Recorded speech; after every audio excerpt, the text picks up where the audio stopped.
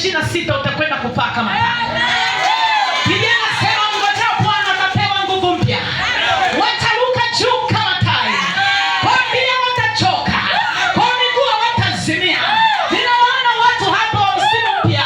2026 hakuna kuchoka. Hakuna kuzimia.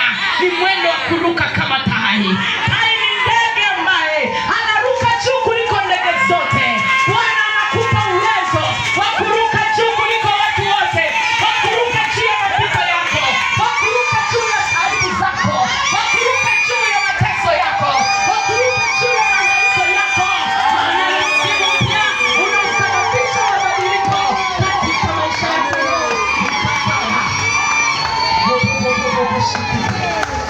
Unapasekesha kama kosa. Pokea uwezo wa kufanya mabadiliko. Amen. Napokea kwa jina. Mabadiliko haya yanaweza kuja kiuchumi pia. Kumbuka tumesoma Zaburi ya 126.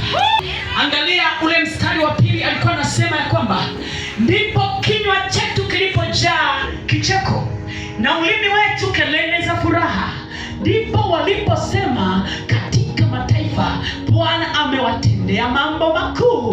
Huwezi kusema Bwana amekutendea mambo makuu kama unalala njaa. 2026 utalala njaa. Kwa sababu msimu mpya unapoleta mabadiliko, mabadiliko yanakuja katika uchumi.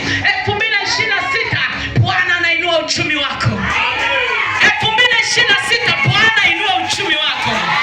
Natangaza 2026 Bwana anainua uchumi wako. Hautakuwa omba omba. Biblia inasema nilikuwa kijana sasa ni mzee. Sijaona mwenye yake ameachwa wala wazao wake wakiomba mkate barabarani. Ninatangaza 2026 imeandikwa watoto wako wataomba chakula barabarani.